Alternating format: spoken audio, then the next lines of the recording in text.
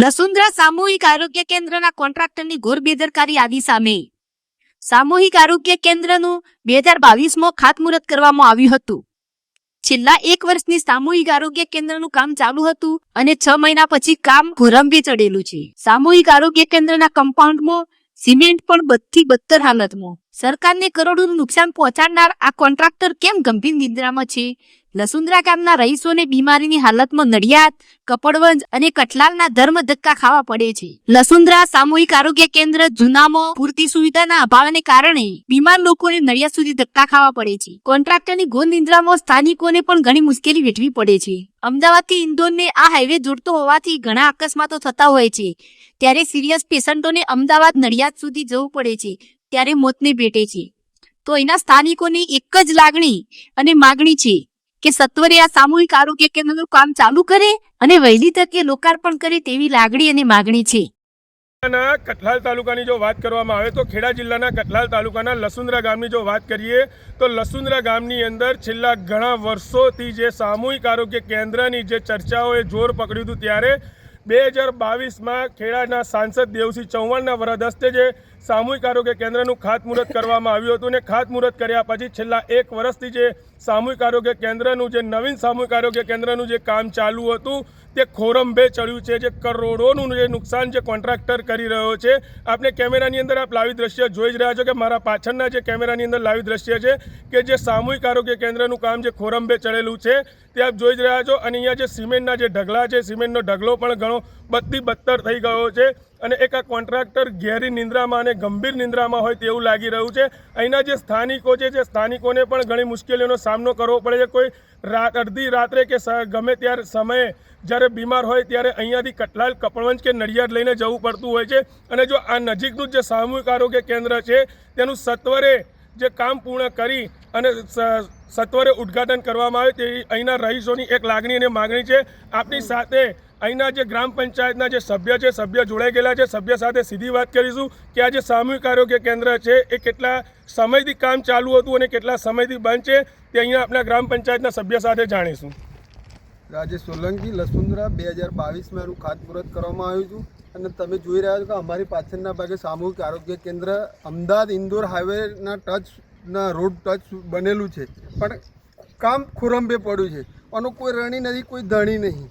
અને દવાખાનાની કેપેસિટી કરતાં પણ જમીન વધારે લેવામાં આવી છે. તમે જોઈ બતાવજો, દવાખાનાની કેપેસિટી કરતાં જમીન પણ વધારે લેવામાં આવી છે.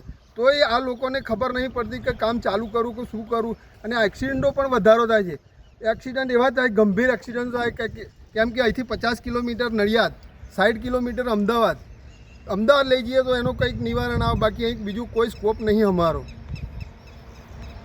હાલ તો જે ગ્રામ પંચાયતના જે સભ્ય જોડાયેલા હતા તેમણે તેવું જણાવ્યું હતું કે જે સામૂહિક આરોગ્ય કેન્દ્રને જેટલી જગ્યા જરૂર હતી તેના કરતાં પણ વધારે પ્રમાણમાં જગ્યા આગળ લીધી છે. તે છતાં કરોડોના નુકસાનથી જે કામ ખોરંભે ચડાવેલું છે. આપની સાથે બીજા ગામના જે સ્થાનિકો છે, સ્થાનિકો પણ જોડાયેલા છે. સ્થાનિકો સાથે સીધી વાત કરીશું કે સામૂહિક આરોગ્ય કેન્દ્રનું જો વહેલી તકે લોકાર્પણ કરવામાં નહીં આવે તો એની સ્થિતિ કેવી સર્જાશે? સોલંકી મુકેશ, ઘણા સમયથી આ બાંધકામનું કામ ચાલુ કરેલું છે, પણ તેની સ્થિતિ હજુ પૂરી થતી નથી અને તે બાંધકામનું કામ પૂર્ણ કરે જેથી સ્થાનિક હાઈવે ઉપર થતા એક્સિડન્ટવાળા લોકોને ઝડપી સુવિધા મળે અને જેથી લોકોનો જીવ પણ બચી શકે. જે ત્યાં લોંગ ટાઈમે આગળ જવા પડવાથી એક્સિડન્ટવાળા લોકોને જીવ ગુમાવવો પડે છે. હાલ તો જે આપની સાથે એના જે એક સ્થાનિક જોડાયેલા હતા, સ્થાનિકે તેવું જણાવ્યું હતું કે આ જે અમદાવાદ ઇન્દોર હાઈવે છે, જે એમપીને જોડતો જે હાઈવે છે, તે આ હાઈવે પર ઘણા અકસ્માતો થતા હોય છે.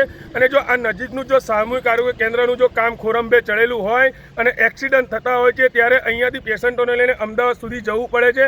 અને જો અમદાવાદ સુધી જવામાં એક જ તકલીફ પડે છે, કોઈ પેશન્ટ સિરિયસ હોય તો રસ્તામાં ડેથ થઈ જાય છે તેવી પણ સંભાવના રહેતી હોય છે. આપની સાથે બીજા પણ સ્થાનિકો જોડાયેલા છે. સ્થાનિકો સાથે ચર્ચા કરીશું કે હાલ તો આ સામૂહિક આરોગ્ય કેન્દ્ર બાબતે શું કહેવા માંગે છે. મારું નામ ભરતસિંહ ગોયલ છે. હું પૂર્વ ડેપ્યુટી સરપંચ છું. સરકારશ્રીના મીડિયાના માધ્યમથી એવું જણાવવા માગું છું કે આ સામૂહિક આરોગ્ય કેન્દ્રનું કામ ઝડપથી થાય અને એ પૂર્ણ થાય તો સ્થાનિક બધા પબ્લિકને એનો મતલબ સેવા મળી રહે એમ. હાલ તો અહીંના જે પૂર્વ ડેપ્યુટી જે સરપંચ હતા તેમણે તેવું પણ જણાવ્યું હતું કે હાલ તો જે આ સામૂહિક આરોગ્ય કેન્દ્રનું જે કામ ખોરંભે ચડેલું છે તે સત્વરે કામ ચાલુ થાય તેવી એમની એક લાગણી અને માગણી છે. આપની સાથે બીજા પણ એક જાગૃત નાગરિક જોડાયેલા છે. જાગૃત નાગરિક સાથે સીધી વાત કરીશું કે હાલ તો જે આ સામૂહિક આરોગ્ય કેન્દ્રને બાબતને લઈને એ શું કહેવા માગે છે. મારું નામ છે પરમાર રાજેશભાઈ મફતભાઈ. હાલ ડેરી ચેરમેન છું. અહીંયા ઘણા છ મહિનાથી કામ સતત બંધ છે સરકારી દવાખાનાનું, અને અહીંયા આજુબાજુના લગભગ 50,000 નાના મોટા 50-60 ગામડા છે. જલ્દીથી કામ પૂર્ણ થાય તો બધાને લાભ મળી શકે એવી અમારી અપેક્ષા છે સરકાર પાસે. હાલ તો જે એના એક જાગૃત જે નાગરિક જોડેલા હતા તેમણે તેવું જણાવ્યું હતું કે હાલ તો જે લસુંદરાની આજુબાજુ 50 થી 60 નાના મોટા જે ગામડા આવેલા છે એ ગામડાઓવાળાને પણ આ સામૂહિક આરોગ્ય કેન્દ્રનો લાભ મળે તેવું એ કહી રહ્યા છે. અને આ સામૂહિક આરોગ્ય કેન્દ્રનું વહેલામાં વહેલી તકે કામ પૂર્ણ કરી અને લોકાર્પણ કરે તેવી અહીંના નાગરિકોની અને અહીંના ગ્રામ પંચાયતના સભ્ય અને પૂર્વ ડેલિગેટ સરપંચની પણ અહીંયા લાગણી અને માગણી દેખાઈ રહી છે. ભારત ટાઈમ ન્યૂઝ સાથે ઇમરાન વોરા, ખેડા, કઠલાલ.